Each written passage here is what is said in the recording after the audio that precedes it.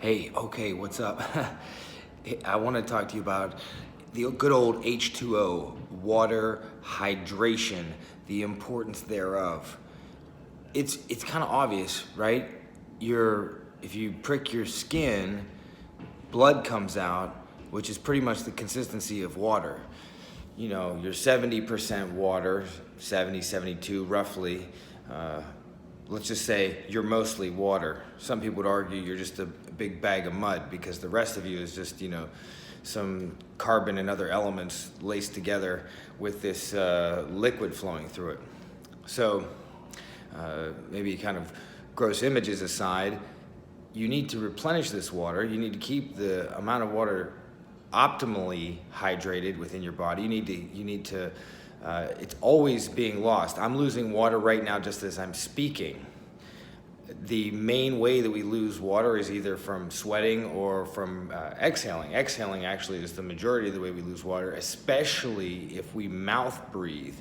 If you mouth breathe, which you should not do, and that's another subject almost altogether, but as I speak, I'm not restricting the air coming out of my body as it would be if I was breathing through my nose. So I lose, because of the nasal cavity and all of the kind of small little compartments that are in there that cause the air to circulate as it goes in and out of your head, the air coming out of your nose doesn't lose as much water. So we're obviously going to want to put all that back. So let's talk about strategies to keep the water in the body optimally at the optimal levels.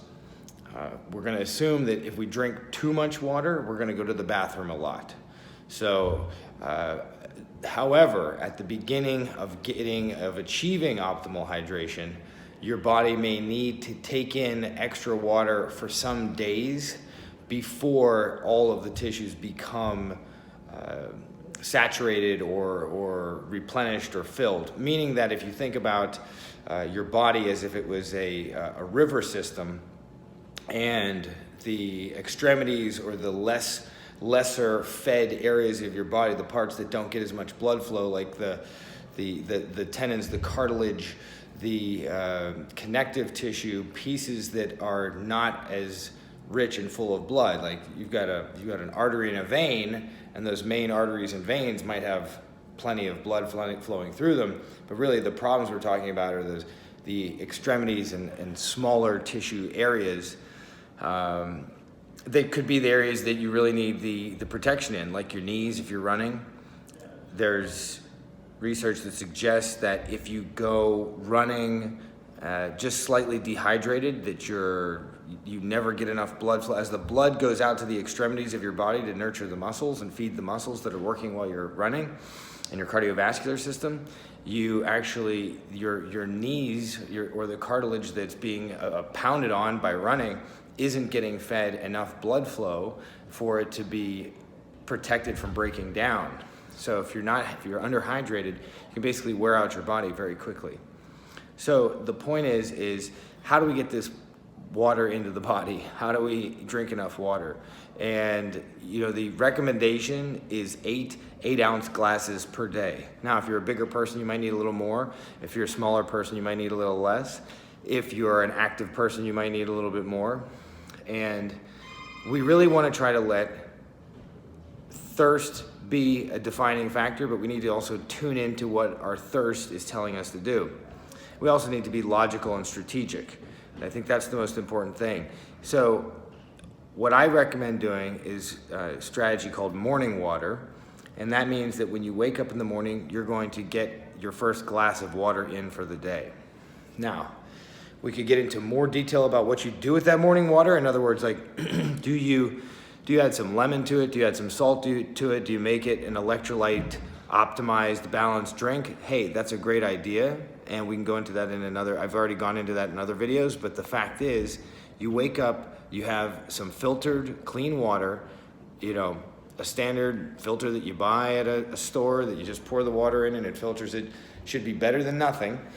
There's more advanced ones, there's more fancy ones, but you have some filtered water waiting, room temp, or if you like it cold, in the fridge, pour a big 12-ounce glass of that water, chug it down. You're already 1 1/3 cups on your way to your 8 cups for the day.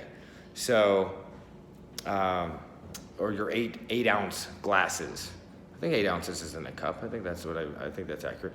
So you're on your way. You're already chipping into that.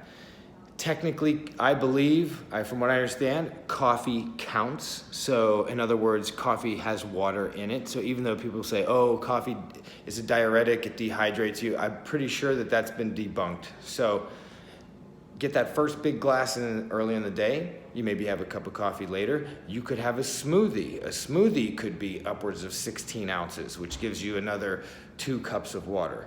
If you then drink 2 16-ounce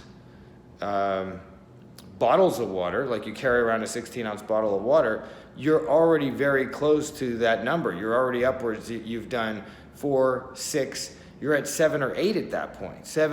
Roughly 7 or 8 at that point. So you just then need to drink another large glass of water sometime before bed.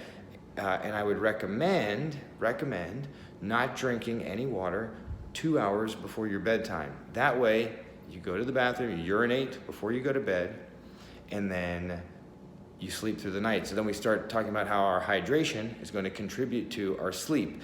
And then our sleep is better. We wake up, we have that morning water again.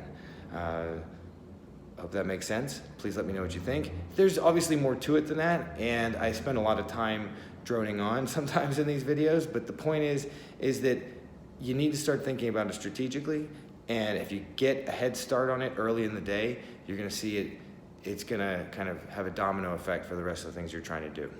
Hope you're having a great one. Let me know what you think. Talk to you later.